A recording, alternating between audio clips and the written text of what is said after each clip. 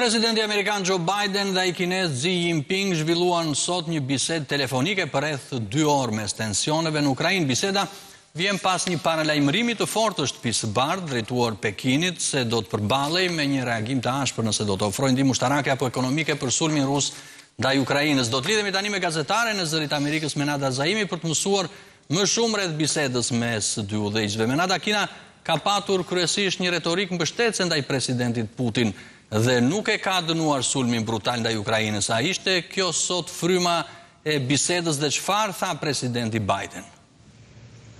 Ka qenë i lirë një bisedë rreth 2 orëshe përpara e dy udhëheqësve që nga fillimi i sulmit. Shtëpia e Bardhë në fakt nuk ka bërë ende asnjë koment lidhur me çka u bisedua, pritet që më vonë të nxjerrë një komunikat për shtyp, por më herët gjatë ditës së sotme zëvendës sekretarja amerikane e shtetit Wendy Sherman tha se Kina duhet sigurohet që të mos përfundojë në anën e gabuar të historisë, pra duke mbështetur Rusinë.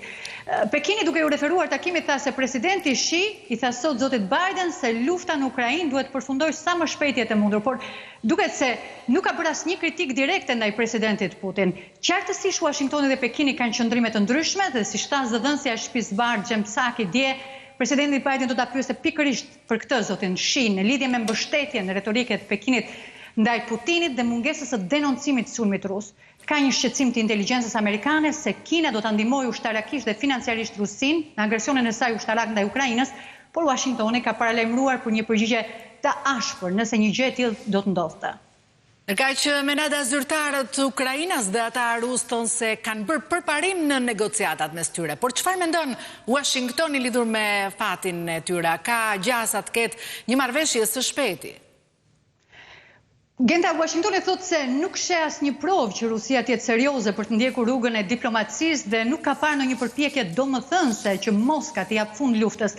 Ndërkohë disa ekspertë po vrin një ndryshim në kërkesat e Rusisë, forcat e saj po përballen me shumë probleme logjistike dhe të moralit në radhët e tyre, pasi dukeshin që i kanë bërë dhe llogaritë ndryshe, se gjithçka do të përfundonte shumë shpejt sipas tyre me një dorëzim ndoshta të ukrainasve, sikur sa ndodhi në 2014 në rajonet separatiste. Ekspertët përmendin faktin që Moska, nga kërkesa për çmilitarizim të Ukrainës, ka kaluar tek ajo për një forcë të kufizuar ushtarake të Kievit që ata e lexojnë si një lëshim. Moska duket se ka braktisur krejtësisht dhe idenë për ndryshim të regjimit në Kiev dhe kjo sipas tyre interpretohet se rusët mund të jenë në një situatë dëshpërimi. Megjithatë duhet thënë se nga ana tjetër Moska nuk ka hequr dorë nga taktikat ushtarake agresive në Ukrainë, ndaj duhet parë dhe duhet kohë për të kuptuar se çfarë strategjie realisht po ndjek Moska në këtë rast.